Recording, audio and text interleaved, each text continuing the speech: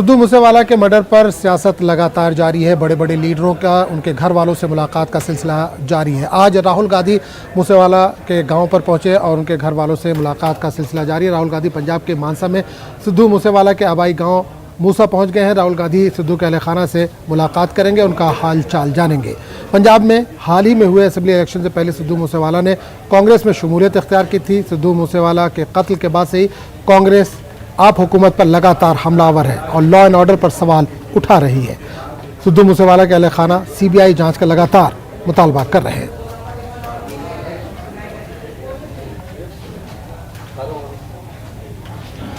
पंजाब में कांग्रेस की अमरिंदर हुकूमत में एक वजीर पर इस वक्त मुश्किलात आ पड़ी है।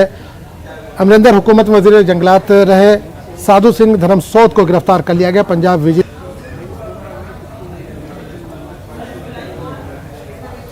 और ख़बर इस वक्त सोपुर से आ रही है, जहां जालूरा इलाके में इनकाउंटर की एक खबर है। इस इनकाउंटर में एक पाकिस्तानी मिलिटेंट के मारे जाने की इत्तला मिल रही है। मिलिटेंट का ताल्लुक लश्कर तैयबा से बताया जाता है।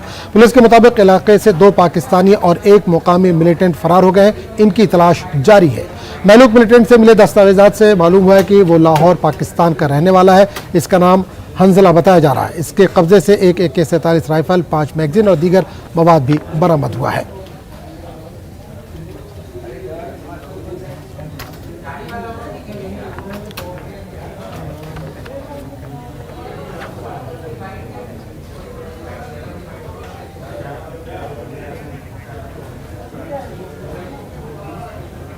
तो DIGP कश्मीर विजय कुमार ने कहा है कि कोलगाम में बैंक मैनेजर पर जो हमला किया गया था, मिलिटेंट की पहचान कर ली गई है और इसका ताल्लुक शोपिया से उन्होंने बताया है।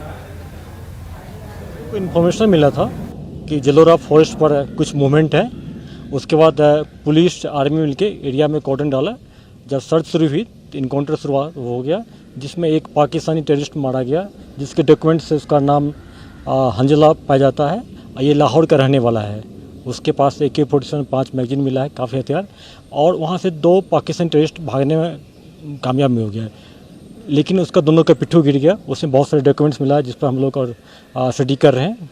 दूसरा इनकाउंटर कुपवाड़ा डिस्ट्रिक्ट में हुआ है। कुपवाड़ा का जो कंडी बेल्ट एरिया फॉरेस्ट एरिया है, वहाँ पर कुपवाड़ा पुलिस और आर्मी मिल के ऑपरेशन लॉन्च किया था, जिसमें 2 टेररिस्ट मारे गए हैं लश्कर तैयबा का। एक पाकिस्तानी टेररिस्ट है, एक तराल का है।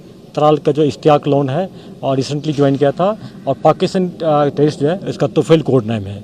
वहाँ से बहुत सारे 2 AK-56 राइफल मिला है, बहुत सारे सामान मिला है। नॉर्थ कश्मीर के चारों डिस्ट्रिक्ट, बारामूला हो गया, कुपवाड़ा, बांडीपुर, ये बॉर्डर एरिया पर है। बीच बीच में इन्फिल्ट्रेशन जब भी हुई है तो या तो इनको LC पर न्यूट्रलाइज किया जाता है, या अगर अंदर आ गया हिंटरलैंड में तो सेकंड लैंड में जो पुलिस आर्मी मिलकर इसको न्यूट्रलाइज करते हैं। अभी हम लोग मल्टीपल एम्बुश लगे हुए हैं कि अगर जो टेररिस्ट बच गया है उसको पीछे हम लोग खोज रहे हैं। राहुल भट्ट जी को जो उस पर अटैक हुआ था, मारे गए जिसमें, तो उसमें 2 टेररिस्ट थे इन्वॉल्व। एक पाकिस्तानी क्वालिटी वाले को न्यूट्रलाइज कर दिए, लतीफ़ राथर बच गया, इसके पीछे पड़े हुए हैं। दूसरा जो अमरीन भट्ट है, उसमें 2 टेररिस्ट को हम लोग आइडेंटिफाई कर न्यूट्रलाइज कर दिए। और जो बैंक जो मैनेजर पर अटैक हुआ था विजय कुमार जी पर कुलगाम में, उसके पीछे लगे हुए हैं टेररिस्ट को हम आइडेंटिफाई कर लिए, शोपियान के टेररिस्ट है, और बहुत जल्दी उसको या तो अरेस्ट कर लेंगे या इनकाउंटर पर न्यूट्रलाइज कर लेंगे। सालाना खीर भवानी मेले का कल से आगाज़ होने वाला है। इस मेले में बड़ी तादाद में कश्मीरी पंडित शिरकत करते हैं, लेकिन इस बार कम लोग इंटरेस्ट दिखा रहे हैं। मुख्तलिफ इलाकों से माइग्रेंट कश्मीरी पंडितों में कोई ख़ास रद्दमल देखने को नहीं मिला। अगरचे हुकूमत की तरफ से ट्रांसपोर्ट और सिक्योरिटी के मुनासिब इंतजाम किए गए हैं, लेकिन खौफ के बाइस लोगों की तादाद बहुत कम इस बार दिखाई दे रही है। यात्रा के लिए 39 बसें दस्तियाब थी, लेकिन सिर्फ 10 बसों को रमेश कुमार डिविजनल कमिश्नर जम्मू ने झंडी दिखाकर रवाना किया। 52 यात्रियों की गुंजाइश वाली बसों में सिर्फ 10 से 15 यात्री ही मौजूद थे। डिविजनल कमिश्नर के मुताबिक सिक्योरिटी के फुल प्रूफ इंतजाम किए गए हैं। अब हमने पूरी व्यवस्था की हुई थी और सभी लोगों को कहा गया था, जितने लोग जाना चाहते थे उनको हमने सबको यहाँ से अलाउ किया है। सुरक्षा व्यवस्था पूर्णतः पूरे जो है प्रबंध किए गए हैं। सुरक्षा में किसी की तरह कोताही नहीं है। यहाँ से लेकर के और आगे कश्मीर डिवीजन में भी पूरी तरह से सुरक्षा के पूर्णतः प्रबंध किए गए। श्रद्धालु अपना बेझिझक जाए, वहाँ पर सरकार की तरफ से पूर्णतः प्रबंध किए गए हैं। खीर भवानी में भी और एन रूट भी सब जगह पूर्णतः अच्छे ढंग से प्रबंध किए गए हैं। DCs, SP सभी की तरफ से प्रबंध किए गए, इनको किसी भी तरीके से कोई असुविधा नहीं हो। आरएसएस के लखनऊ और उन्नाव में वाक़ दफातर को बम से उड़ाने की धमकी दी गई है। इस मामले में मामला दर्ज कर लिया गया है और तहकीकात जारी है। लखनऊ के मडियाओं पुलिस स्टेशन में एफआईआर दर्ज की गई। पुलिस फिलहाल मामले की तहकीकात में मसरूफ़ है। व्हाट्सएप मैसेज के ज़रिए एक इस तरह का धमकी भरा मैसेज मिला था, तो उसके आधार पर तहरीर लेकर मुकदमा पंजीकृत किया गया है थाना मडियाओं के अंतर्गत, और इसको हम लोगों ने ट्रेस करके जल्दी से गिरफ्तार करने के लिए टीम भेजा गया है और जल्द से जल्द इसका गिरफ्तारी हो जाएगी।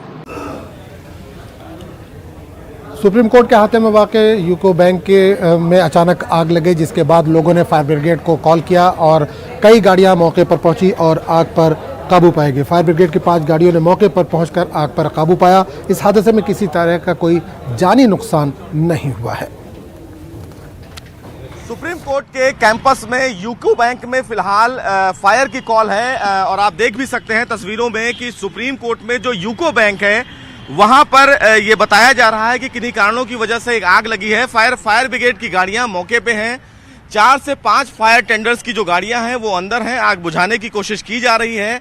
अभी तक किसी भी प्रकार से कोई हताहत होने की आवश्यकता और उसकी खबर नहीं है। फिलहाल जो जानकारी मिल रही है उस जानकारी के मुताबिक तमाम जो सिक्योरिटी फोर्स हैं, सुप्रीम कोर्ट के जो सिक्योरिटी फोर्स हैं, दिल्ली पुलिस के वो तैनात हैं। अंदर आप देख सकते हैं कि किस तरह फिलहाल अभी धुआं निकल रहा है। बताया जा रहा है कि अंदर यूको बैंक है और यूको बैंक में किसी तरीके से आग लगी है। हालांकि आग की कॉल 9:15 बजे फायर टेंडर को दी गई है। उसके बाद फायर की कम से कम 5 गाड़ियां फिलहाल यहां पर पहुंची हैं। आग बुझाने की जो कवायद है वो लगातार जारी है। सबसे महत्वपूर्ण बात है कि 5 जो गाड़ियां हैं वो यहां पर अभी मौजूद हैं और वो सभी जो गाड़ियां हैं वो आग बुझाने की प्रक्रिया में लगी हुई हैं। ये बताया जा रहा है कि आग लगने के पीछे की वजह जो है वो शायद शॉर्ट सर्किट है, लेकिन उसके पीछे अभी फिलहाल ये ऑफिशियल जानकारी नहीं दी जा रही है। जैसी जानकारी मिलती है उसके बारे में पता चलेगा। हालांकि फायर के जो तमाम ऑफिसर्स हैं वो अंदर ही मौजूद हैं, चूंकि अंदर ही यूको बैंक है और उसके जस्ट बगल में पोस्ट ऑफिस है। लेकिन आप देख सकते हैं कि दिल्ली पुलिस के तमाम जो जवान हैं वो गेट पर मौजूद हैं, चूंकि सुरक्षा के लिए लगातार यहां पर वो तैनात होते हैं। लेकिन आप देखिए अभी तस्वीरों में भी कि धुआं निकल रहा है, यानी कि आग जो है वो बहुत अंदर से ज्यादा लग चुकी है, जिसको बुझाने की कवायद जारी है। 5 फायर ब्रिगेड की गाड़ियां हैं जो यहां पर पहुंची हैं। आग बुझाने की लगातार कोशिश की जा रही है। किसी भी प्रकार से किसी के हताहत होने की कोई अभी खबर नहीं है, लेकिन लगातार आग बुझाने की प्रक्रिया जारी है। सबसे महत्वपूर्ण बात है कि अब इस पूरे मामले में जांच ये की जाएगी कि आखिर आग लगने के पीछे की वजह क्या है। चूंकि यूको बैंक अंदर है तो क्या बैंक में किसी भी प्रकार से शॉर्ट सर्किट हुई है, क्या वहां पर कोई जरूरी दस्तावेज है उनका नुकसान हुआ है, इसका फिलहाल जानकारी बाद में दिया जाएगा। लेकिन फिलहाल अभी यहाँ पर आग बुझाने की जो प्रक्रिया है वो जारी है। किसी भी प्रकार से कोई हताहत होने की खबर जो है वो फिलहाल नहीं है। कैमरामैन मनमोहन के साथ सुशील पांडे, न्यूज़ 18 दिल्ली। और खबर राज्यसभा इंतखाबात से जुड़ी हुई।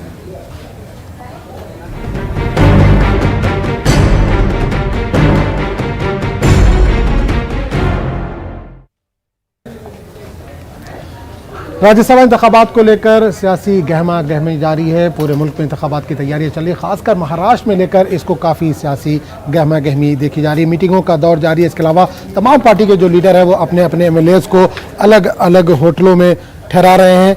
खासकर अगर हम बात करें तो शिवसेना के अरकान असेंबली को मुंबई के मलाड में वाक़ होटल द रिट्रीट में मुंतकिल कर दिया गया। दरअसल महाराष्ट्र के वज़ीर आला उद्धव ठाकरे ने शिवसेना और कुछ आज़ाद अरकान असेंबली के साथ वर्षा बंगले में मीटिंग की। मीटिंग में संजय राउत, एकनाथ शिंदे, सुभाष देसाई भी मौजूद थे।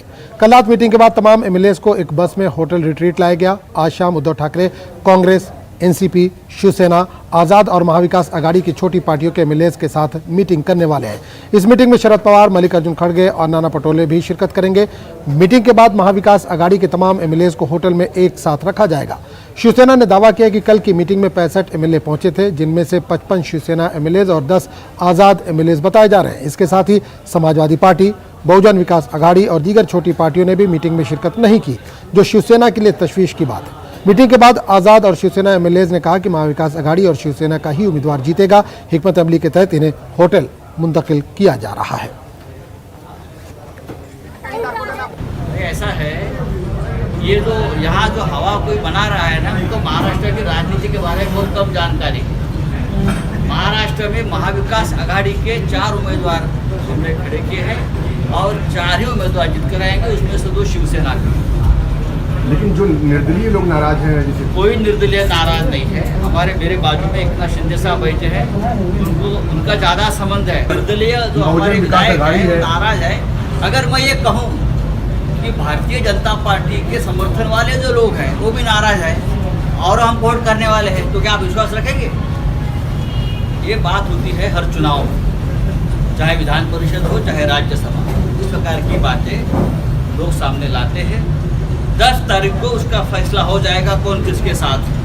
हमारी महाविकास आघाड़ी के तीनों पार्टी के हमारे सदस्य, हमारे मित्र पक्ष और जो अपक्ष सदस्य है वो हमारे रहेंगे और पूरा नंबर हमारा वहाँ उपस्थित रहेगा और वहाँ मार्गदर्शन किया जाएगा कैसे वोटिंग करना है। इसके अलावा कुछ नहीं। अभी एक है राज्यसभा का जो वोटिंग होता है वो प्रेफरेंशियल टाइप का वोटिंग होता है, उसमें क्रमांक दिए जाते हैं 1, 2, 3 ऐसे क्रमांक दिए जाते हुए, तो इसके लिए थोड़ी सी मालूमात रहना वो सदस्य के लिए बहुत जरूरी होता है। कोई गलती चलती नहीं है, तो इसलिए थोड़ा सा उनको भी सब बताना जरूरी है, इसलिए ये सब मीटिंग होती है। एमआईएम चीफ असदुद्दीन अवैसी महाराष्ट्र के दौरे पर है। अपने दौरे के पहले पड़ाव के तहत वो नांदेड़ पहुंचे और वहां पर कई लोगों से मुलाकात करें। मीटिंगों का दौर जारी है। शाम में अवैसी लातूर में आम इजलास से खिताब करेंगे। इस दौरान अवैसी ने महाराष्ट्र में राज्यसभा इंतखाबात को लेकर अपना मौक़िफ़ वाज़ेह कर दिया।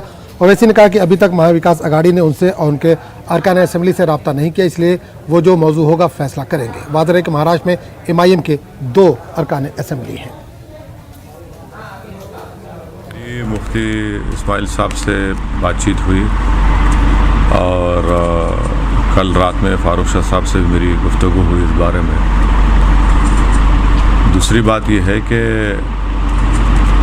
ना महाविकास आघाड़ी से कोई हमसे बात नहीं किया, ना हमारे एमएलए से कोई कांटेक्ट किया, तो इसलिए हम देखेंगे अगर वो लोग महाविकास आघाड़ी को ज़रूरत है हमारी, तो उनको चाहिए कि एमआईएम से कांटेक्ट करें। नहीं चाहिए तो ठीक है, कोई बात नहीं, हम लोग जो फैसला लेना लेंगे, मगर अभी तक तो उनके पास से कोई कांटेक्ट नहीं हुआ है और हम भी हमारे एमएलए से बात कर रहे हैं और इंशाल्लाह ताला 1 या 2 दिन में, क्योंकि 10 तारीख को पोलिंग है, 1 या 2 दिन में हम लोग फैसला ले लेंगे उस बारे में। खबरों का सिलसिला जारी रहेगा, लेकिन एक छोटे से वक्फे के बाद।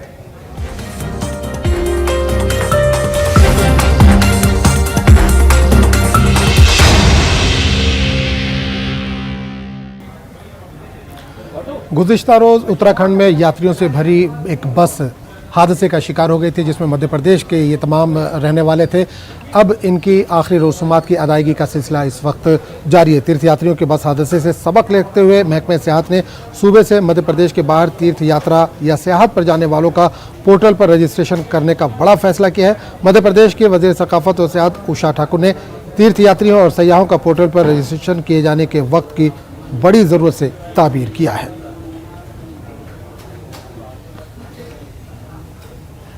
कि उनकी सुरक्षा और उनके जीवन की रक्षा में हम ज़्यादा क्या करेगा पर्यटन विभाग? हमारा पर्यटन विभाग ये बिल्कुल विचार करेगा कि जो जाते हैं अलग पृथक भी, उनका भी पंजीयन कोई विभाग के पोर्टल पर हो, ताकि सबके संज्ञान में रहे कि कौन कहाँ गया है किसी से।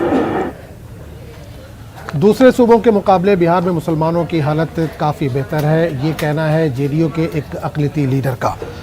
जेडीयू के जनरल सेक्रेटरी मेजर इकबाल का कहना है कि जेडीयू के मुस्लिम लीडर सूबे के मुस्लिम वोटरों को पार्टी से करीब लाने की मुहिम में जुटे हैं। मुख्तलिफ ज़िलों में ब्लॉक सतह पर मीटिंग मुनक़िद कर मुसलमानों को मौजूदा हुकूमत की कारकर्दगी से रूशनास कराया जा रहा है।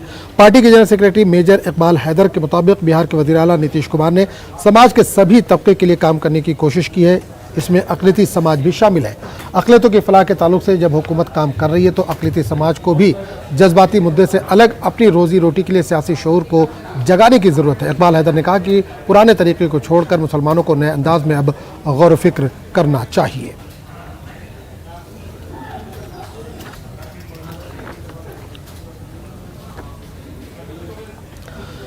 अजमेर दरगाह के इलाके इंद्रकोट में वाक़े बावड़ी को लोगों ने खुद सफाई मुहिम में उसमें शामिल हुए और उसकी सफाई की। लोगों का कहना है कि शदीद गर्मी में जहां हर तरफ पानी का मसला है, वहीं पानी के कुदरती ज़राए का ख्याल रखने वाला कोई नहीं है। इलाके में कुदरती पानी के वसाइल बावड़ी में कचरे के ढेर लगे हुए हैं, जिसको मुकामी लोगों ने साफ किया। ये प्रशासन को हमने पहले भी लिख के दिया, ज्ञापन दिया, और ये गर्मी के दिन आ रहा है, मई जून का महीना चल रहा है, अभी जुलाई लग जाएगा, आप जून आ गया, जुलाई खत्म हो गया। पानी की पोजीशन ये है, गंदगी तमाम इसका कचरा वगैरह उड़ के आता, कुछ मोहल्ले वाले भी डालते थे। हमने मुहिम चलाई महिला मिल के, इसकी सफाई का पूरा हर घर से एक एक आदमी लेके ला के सफाई कर रहा हम। अब ये करने के बाद प्रशासन से हम घर में निवेदन करेंगे, इसमें दवा डलवा दो, इसको जाली का इंतजाम लगा दो, ये कचरा इसमें गिरे नहीं। ये प्राचीन काल की बावड़ी है, पीने का पानी, बड़वा बावड़ी है, ये केला बावड़ी, बड़ा बावड़ी या भाटा बावड़ी, ये सब पुरानी बावड़ी है। पहले जब नल की व्यवस्था नहीं थी, इससे पानी पीते थे, यही पानी सब लोग पीते थे। ये पानी की हालत आप देख लो, इस तरह पानी का हाल हो रहा है, ना सफाई हो रही है, कुछ हो रही है। हमने हमारी मुहिम चलाई है, हम प्रशासन निवेदन करते हैं नगर निगम से, इसमें दवा वगैरह डाले और पानी की अच्छी सफाई हो जाए, बाहर टंकी लग जाए तो पब्लिक के लिए पानी आम हो जाए। बीजेपी ने भले ही नूपुर शर्मा और नवीन जिंदल को पार्टी से मुअत्तल कर दिया हो, लेकिन लोगों की नाराज़गी अब भी बीजेपी से कम होती नज़र नहीं आ रही है। ख़ासकर अगर हम बात करें खलीजी ममालिक से, तो वहाँ पर काफ़ी नाराज़गी लोगों में देखने को मिल रही है और कई मुल्कों में, अरब ममालिक में सुपर स्टोर से हिंदुस्तानी मसनूआत को निकाले जाने की खबरें लगातार सामने आ रही हैं। कुवैत के एलारादिया कोऑपरेटिव सोसाइटी ने अपनी दुकानों में हिंदुस्तानी मसनूआत के फ़रोग़ पर पाबंदी लगा दी है। यहाँ गौर करने वाली बात यह है कि किसी भी मुल्क की हुकूमत ने हिंदुस्तानी मसनूआत के बाइकआउट का ऐलान नहीं किया, बल्कि अवामी सतह पर बाइकआउट का ये अमल शुरू हुआ है। कंपनियां भी अपने सतह पर ही हिंदुस्तानी मसनूआत का बाइकआउट करने या फिर अपने यहाँ से हिंदू मुलाजमीन को निकालने का फैसला ले रही हैं। Prime Minister Modi has been working so very hard to convert this transactional relationship with the Middle East, especially with the Gulf countries, into a real strategic partnership. And just small incidents like that, which have a very large repercussions, because those spokesmen or the people sitting on the TV debates, frankly, have no clue what they are talking about, what kind of problems against our national interests they can bring. They are simply looking to score a point by being verbose, absolute rubbish, and this must be contained. I'm happy that Bharatiya Janata Party came out, suspended them, taking action against them. There are FIRs against them, which has assuaged the feeling of the governments which had in the Middle East. But at the same time, let us not forget that in the Arab world, the governments hardly control the Arab street. And the public-to-public perception is extremely important. We must make sure that no religion by any religious guru, mullah, maulvi, priest, or any adherents or another religion disrespect the other religion. Pakistan के PTI leader का एक अजीब व गरीब बयान सामने आया है। उन्होंने कहा है कि अगर इमरान खान का एक बाल भी बाका हुआ तो जो बरसरे इक़्तिदार हुकूमत है उनका और उनके बच्चों का पुरसान हाल कोई नहीं हुआ। एक तरह से धमकी भरा ये उन्होंने बयान दिया इमरान खान के। उन्होंने कहा कि मुल्क चलाने वाले सुन लें, ना आप रहेंगे ना ही आपके बच्चे। अताउल्लाह एडवोकेट ने मजीद कहा कि अगर इमरान खान को कुछ हुआ तो वो खुदकुश हमला कर देंगे। लेकिन अब अताउल्लाह एडवोकेट के सुर बदल गए हैं। अताउल्लाह एडवोकेट उनके बयान को तोड़ मरोड़ कर गलत अंदाज में पेश करने का इल्ज़ाम लगा रहे हैं। मैंने जो बात की थी, मैंने इमरान खान साहब की गिरफ्तारी के हवाले से और खुदा न खास्ता उसके नुकसान के हवाले से बात की थी। और मैंने ये बात की थी कि अगर आप हमें मजबूर करेंगे तो हम कश्तियां जलाकर आपके खिलाफ निकलेंगे, फिर हम अपना नहीं सोचेंगे कि हम मरेंगे या जिएंगे। लेकिन खुदा न खास्ता हमारे पास कोई बारूद नहीं है, कोई जैकेट नहीं है कि आप उसको गलत रंग दे रहे हैं कि जी ये खुदकश हमला का है। दूसरी बात यह है कि मुल्क चलाने वालों को भी आप मुल्क चलाने वाले हैं। राना सलाउल्लाह, शहबाज शरीफ मुल्क चलाने वाले आप हैं, हुकूमत आपकी है। तो मैं ये बताना चाहता हूँ सबको कि हम कश्तियां जलाकर आपके खिलाफ निकले हैं और निकलेंगे। यही मेरा मकसद था। इसको बिल्कुल आप गलत रंग दे रहे हैं, जो कि मेरा मकसद कतन नहीं था। तो इस वक्त बड़ी खबर आ रही है राज्यसभा इंतखाबात के सिलसिले में एनसीपी की मीटिंग का सिलसिला जारी है। राज्यसभा इंतखाबात की हिकमत अमली पर इस वक्त गौर किया जा रहा है। शरद पवार, जयंत पाटिल, एकनाथ खड़से और दीगर इस मीटिंग में मौजूद है। तो बड़ी खबर इस वक्त आ रही है राज्यसभा इंतखाबात के सिलसिले में एनसीपी की मीटिंग जारी है। राज्यसभा इंतखाबात की हिकमत अमली पर गौर किया जा रहा है। शरद पवार, जयंत पाटिल, एकनाथ खड़से और दीगर इस मीटिंग में शरीक है।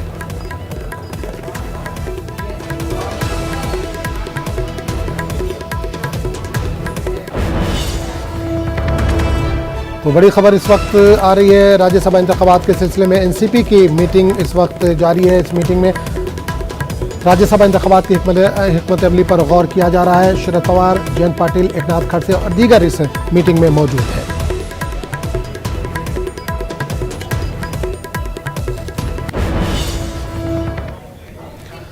दिल्ली से आज़मीन हज की रवानगी का सिलसिला शुरू हो चुका है। कल मुक़द्दस सफ़र पर दिल्ली से पहली परवाज़ रवाना हुई।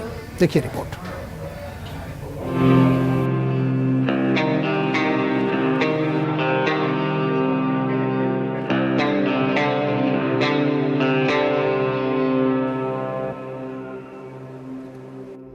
दिल्ली के इंदिरा गांधी इंटरनेशनल एयरपोर्ट का ये टर्मिनल 3 है। यहाँ पर बड़ी तादाद में नजर आ रही ये भीड़ आज़मीन हज और उनको रुखसत करने आए रिश्तेदारों की है। हज के मुक़द्दस सफर पर जाने की ललक आंखों में साफ नजर आ रही है। जज्बात है कि अल्लाह ताला ने जो हमको इस ज़िंदगी दी इसमें एक बार हज करना फ़र्ज़ होता है। उस फरीज़े को अदा करने के लिए जा रहा हूँ। अल्लाह ताला में मेरा और तमाम जो हज करने के लिए जा रहे हैं उनका हज कबूल फरमाए। और एक सच्चा मुसलमान जो होता है अपने देश का सच्चा देशभक्त होता है।